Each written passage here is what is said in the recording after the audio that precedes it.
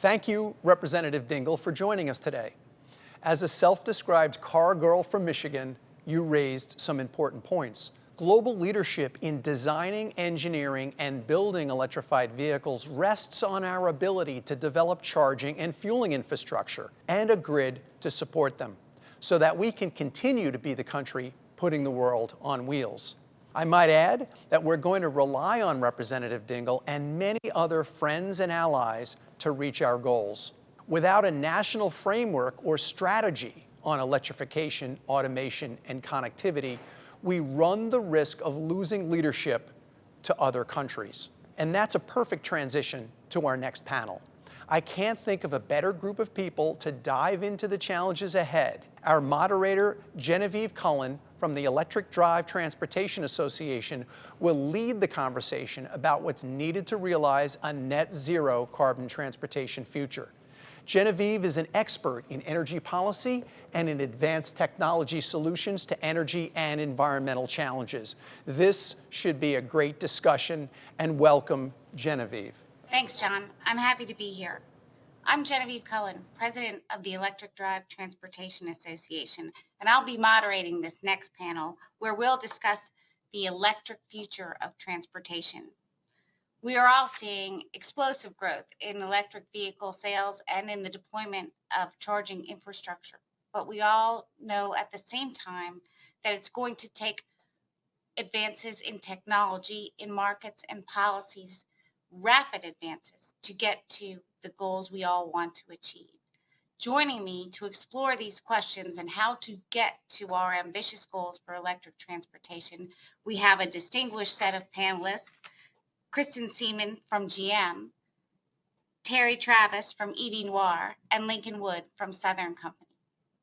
Well, let's get into it. I think what's very top of mind for the folks in the audience is are the many goals that have been established for electrification for the EV industry. In particular, the administration announced a goal of 40 to 50% EV sales by 2030. That's pretty ambitious. Kristen, can you talk about how do we get there from here? Sure. So at General Motors, we're committed to a zero emissions, all electric future. We made some bold announcements last year of our commitment to be climate neutral by 2040 and our aspiration to eliminate tailpipe emissions from all new light-duty vehicles by 2035. We've made some big announcements as far as our investment of $35 billion by 2025. We've announced that we're going to be introducing 30 new EVs by that time frame as well across the globe. And that'll be really across all segments, across all price points, so that we see a future where everybody's in an EV. We're very pleased to have joined in a statement of shared aspiration along with our Ford and Stellantis of achieving 40 to 50% of annual U.S. sales volumes of electric vehicles by 2030. And for GM, that means battery electric vehicles. We're all in on an all electric future, and to reach this high end of that range, we're going to continue to work with the Biden administration, with Congress, with state and local governments to make sure that we implement supportive policies that are for the benefit of our workforce, our partners in the UAW, our dealers, our customers, and also in the communities. We really feel that this transition needs to include everybody. It needs to be equitable and make sure that nobody's left behind. Thank you. That's a pretty good sized to-do list. Terry and Lincoln, obviously, we all understand that this is more than cars, right? That changing transportation involves many pieces of this ecosystem. What would you say are the important milestones for achieving an electrified future and hitting that 40 to 50% of EV sales by 2030? Lincoln, you want to take a run at it? Of course. So, I think it's interesting working for a utility, unlike working for a car maker where you have a product that people can touch and feel and they look at and they can sit in. the company I work for produces a product that you don't want to touch, and hopefully you don't encounter it. But if we do our jobs right, when you come downstairs in the morning and you hit your light switch, the light comes on, you make your coffee, you start about your day, and it's not necessarily about the product that we produce, it's what it does. And so from a utility standpoint, as we think about an electrified future, one of the things that the industry is working on, and us at Southern particularly, is what is the impact to our transmission and distribution grid as it relates to switching over the transportation sector to electric? Because that's not just light duty, that's medium and heavy duty vehicles as well. And I'll give you an example. If you think about fleet electrification, where you may have a distribution depot or whatnot, and you have a warehouse that sits there with just a little bit of lighting and some HVAC for the office space. And all of a sudden you have 50 or 100 vehicles that are going to sit there overnight and have to be charged. Well, what does that look like for our grid? And what does that mean for the future if we think about generation that if we put more renewables on the system and we have more solar during the middle of the day? Right now, we have time of use rates that encourage customers to charge overnight. So working through what that looks like and planning. So that's one thing that utilities do well, is plan, especially long term, so that it will continue to be that you come downstairs in the morning, it's a cold day outside, but you hit the light switch, the light comes on, you make your coffee, and life goes on, and your vehicles also get charged. So it's definitely a challenge, but we are definitely up for that challenge and excited to see where we go. Thanks, Lincoln.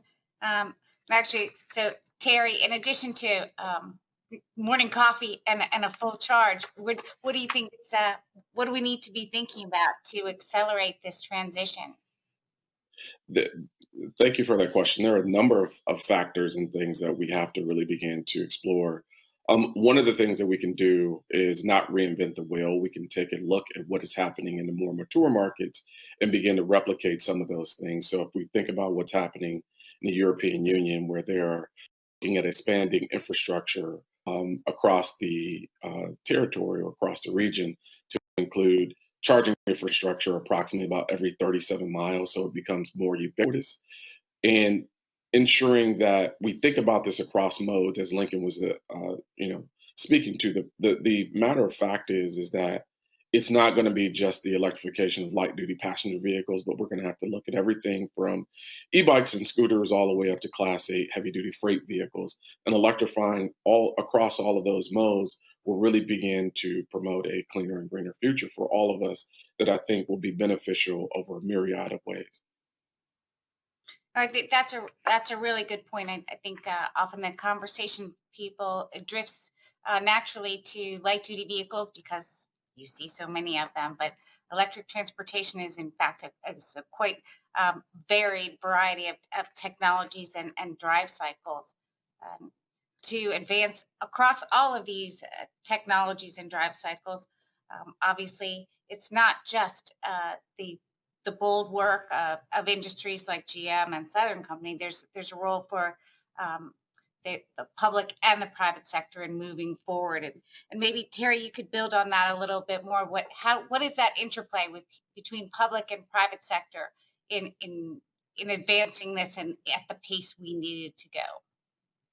Yeah, I mean, so to reach some of the decarbonization and climate goals that any number of companies and organizations like GM and Southern Company and others have, and then thinking about this from a public vantage point and how we can actually begin to advance in a way, one of the things that we have to be mindful of is that it's a triple bottom line opportunity that moves well beyond just the mobility transportation sector.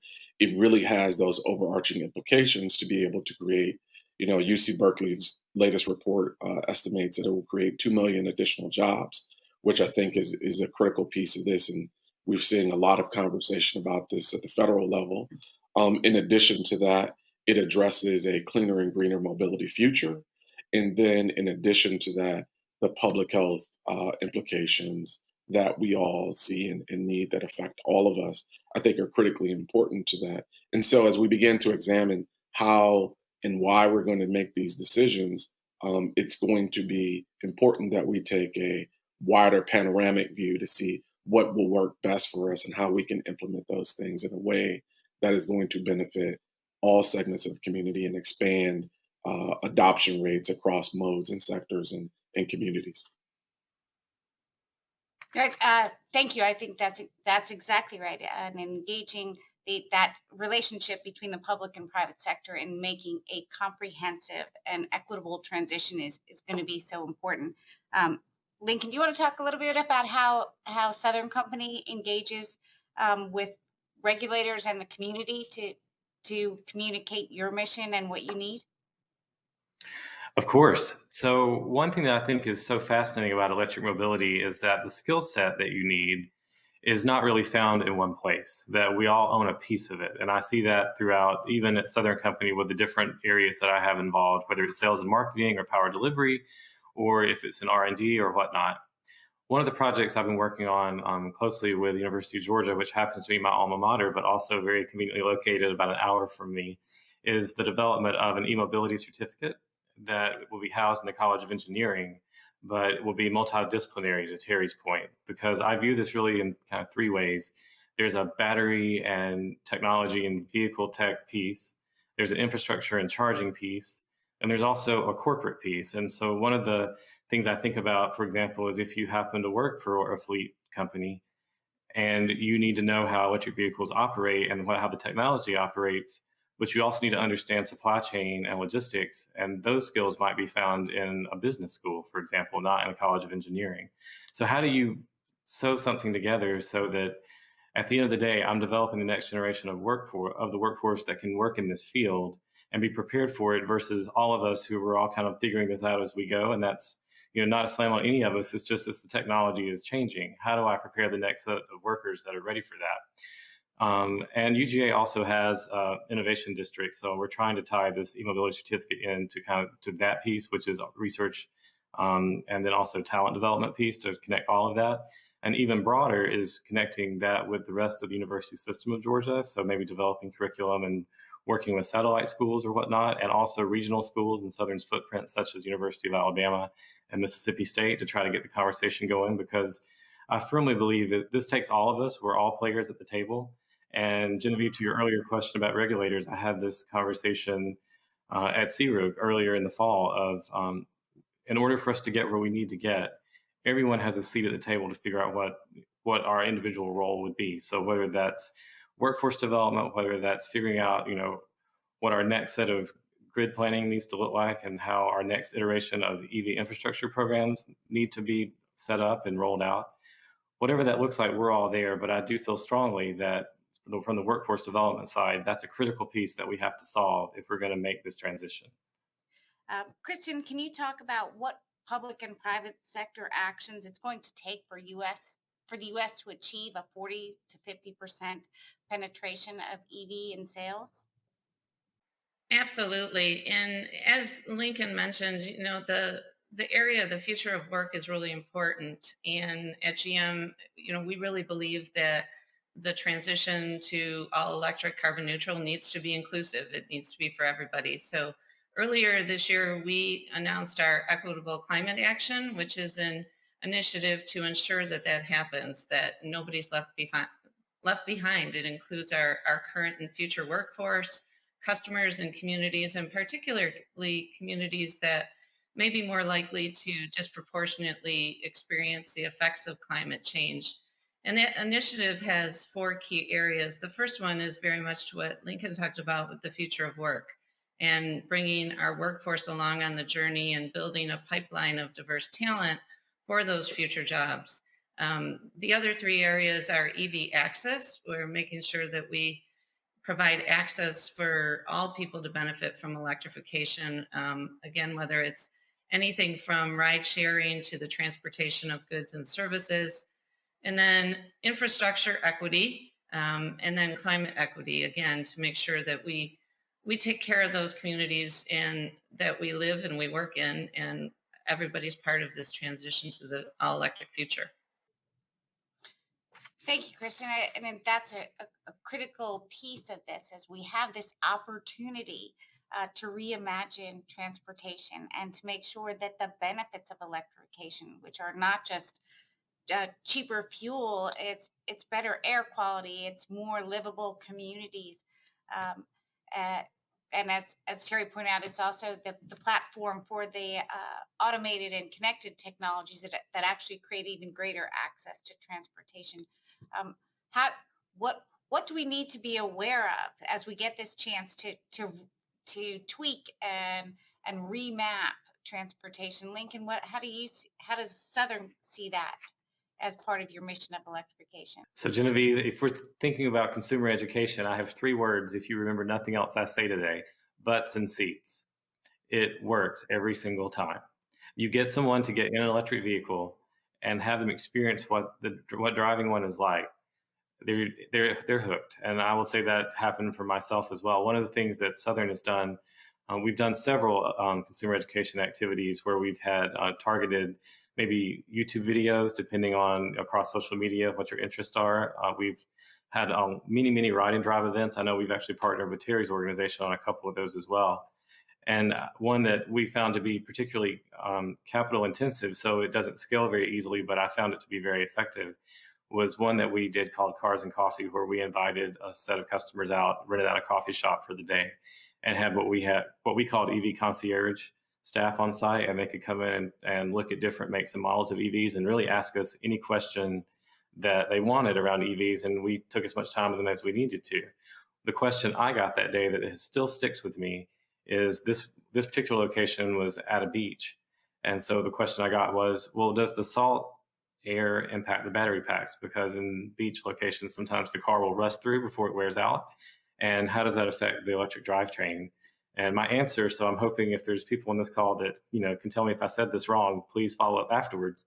But my answer was the pack is sealed, and that should not be an issue. So I just always think that is a particularly poignant question, because it's not one that you're likely to get if you happen to just go casually shopping for a car. That was really, that person gave that some thought, and that was a real concern of theirs because that reflected their reality. So any chance we have to touch customers and reach out to them and educate them more on the benefits of electrification is absolutely a win.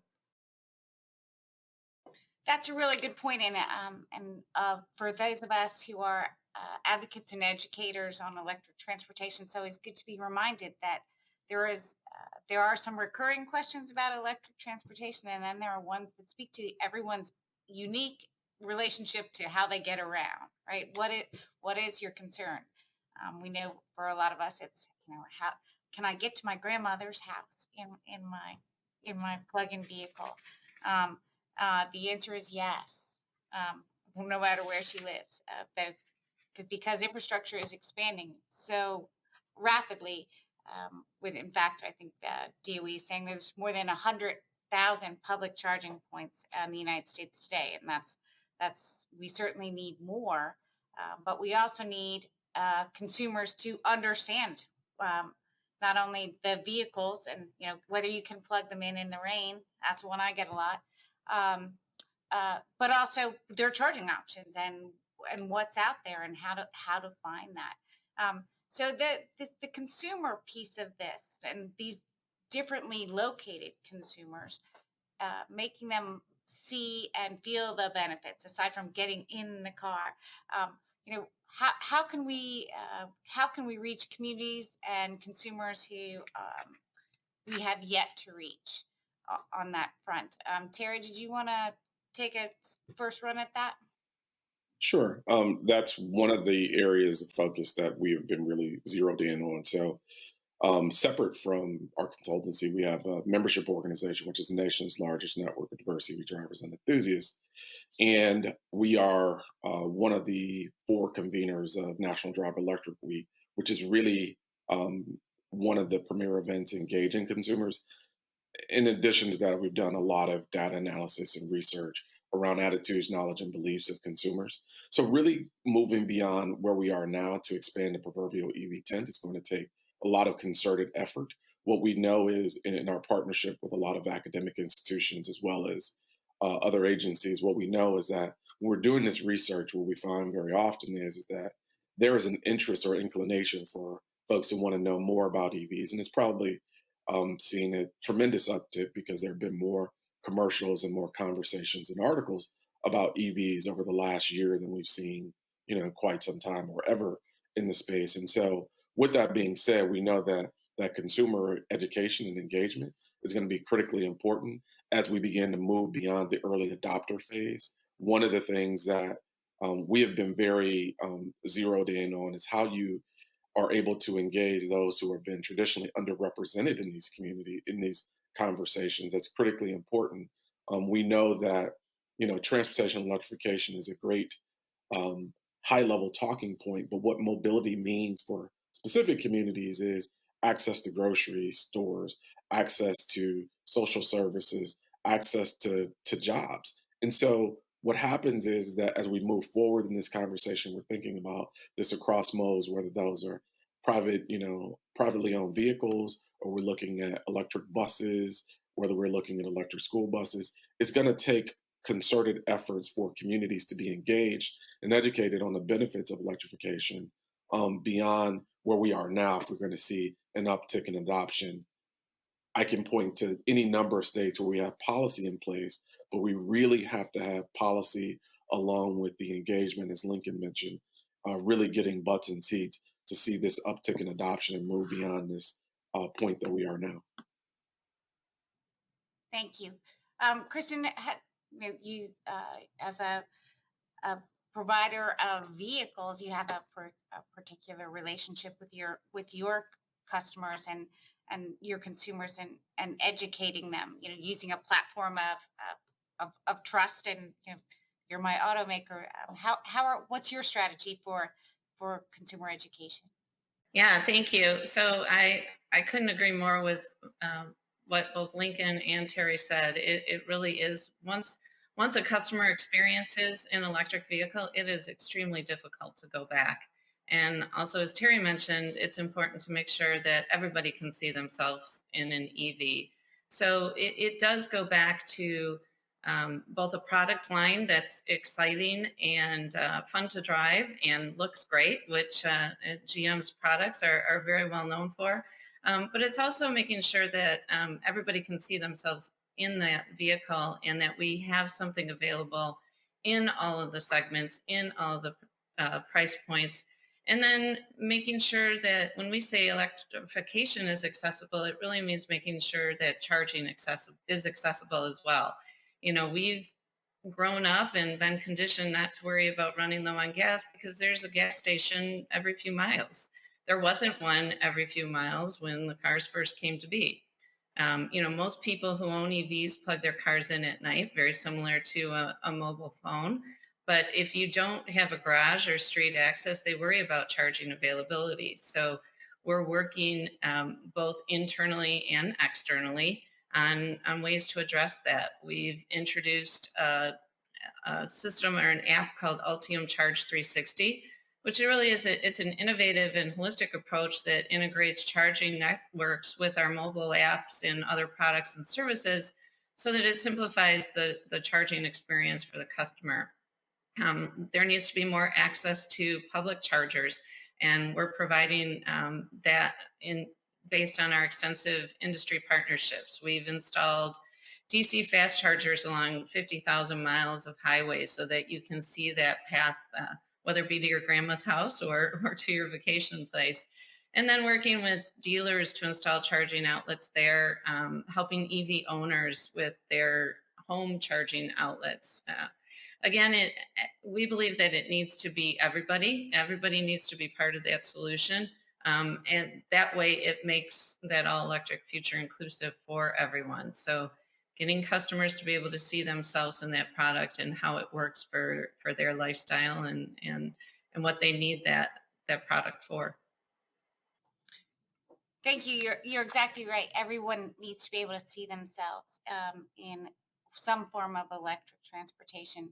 I know, and Lincoln, as in addition to your ride and drive opportunities, I think Southern does a fair amount of consumer education about options as well, right? As again, there is the shared customer, right, between the utility companies and the car companies, and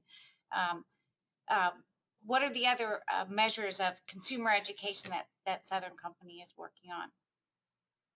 So in terms of not just vehicles, Genevieve, we also have pricing and rate plans to encourage charging overnight. For example, our Georgia Power subsidiary, We have a time of use EV charging rate that is about 1 cent per kilowatt hour from 11 p.m. to 7 a.m. So we encourage you, if you drive an electric vehicle and can provide proof that you own it or lease it, then you're allowed to be on that rider, right? And that's a really compelling reason to switch to electric vehicles. So I think on our website we have something like $19, $20 to charge that EV per month versus the cost of gas, which of course fluctuates with gas prices. But I mean, the difference is incredible.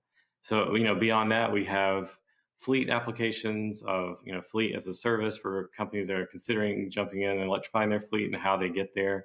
So that's fleet advisory or consulting or infrastructure, whatever that looks like. At the end of the day, we know that, to your point, Genevieve, it is a shared customer, but we have a very large role to play as the energy provider, and we do infrastructure really well because that's the business that we're in.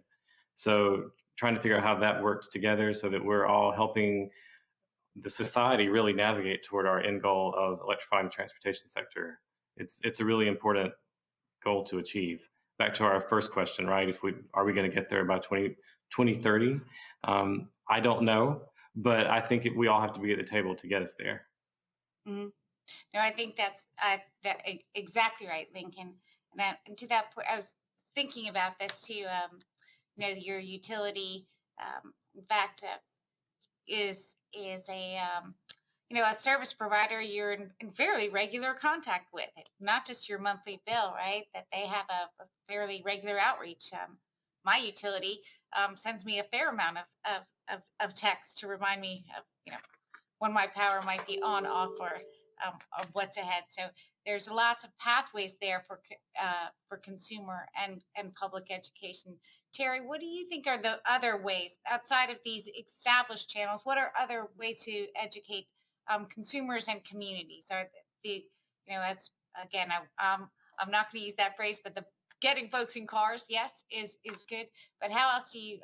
What are the other effective ways to catch the attention and the interest of communities and consumers? Yeah. So, the work that we do is right at the intersection of what, where Lincoln and Southern Company and GM is as well. But it's really about creating those touch points. The idea is that for the average consumer, we have to create a ecosystem that they see themselves participating in this and benefiting from it. We're at an inflection point where we're seeing more conversation about electric vehicles than we ever have. But we're also at a point where we've experienced over a century or 100 years of habit with fossil fuel. So the idea is that there is a history there. So we're at a point of this disruption. So creating those touch points where consumers, fleet managers, folks who utilize public transit, micromobility are able to see how they can benefit from a real world way. Creating those touch points, I think, is going to be critical because that is also going to be what I think informs and drives policy decisions as well. As those folks who are regulating and drafting policy measures, it's going to be how that relates back to their households and the households of their neighbors and others that are, often underrepresented as well. And so I think that creating those touch points is critically important so that, folks are able to see how they can benefit from this in a real world way. That is something that we experience and work on a daily basis. Thank you. And I think we are, I'm sorry to say we're almost out of time. So I would like to just take this little couple minutes here and give you all an opportunity, since we are standing at this inflection point, this juncture where we have the ability that there's a path for transforming transportation, but we have to get this right. And there's a lot of pieces that need to move together thoughtfully and quickly. And so I would ask you all just take a couple seconds and tell me, what would you like the people in this audience, this distinguished audience of the folks in the EV value chain, what should they take away? What do they need to be focusing on to help us all get there? I'm going to ask Kristen to start. Sure. So at GM, we're absolutely committed to an all-electric future, and we want that all-electric future to be an inclusive one and for everyone to be part of that. Our EV portfolio will cover all capabilities, all product segments, all price points, so that all customers can participate. And we're committed to continue to work with governments, our UAW partners, our dealerships, et cetera, to make sure that we all work on the solutions to enable that all electric future for everyone. So I'll just say, as we think about the load, tying back to our beginning of the conversation around grid infrastructure, here at Southern, we don't view the load that electric vehicles provide any different than any other load that we would typically plan for. So we've integrated that into our planning process already. So the takeaway here to me is utilities are on top of it. We know that this is coming. We're planning for it, and that we also have, to our earlier conversation, a shared customer that we will be working with many of us in this whole ecosystem to enable the transition, and happy to be a partner in that conversation. Yeah, I would just say at this time of disruption, I mean, we have an opportunity to create, great and good paying jobs, address public health issues, and then really address this through the lens of, you know, um, how do we begin to create a better and different mobility and transportation ecosystem that benefits all communities? I think that those three opportunities are the things that I would like to just leave us with, because I think that those are critical to advancing the conversation. Great. Thanks to all of you, and thank you, John and Auto Innovators.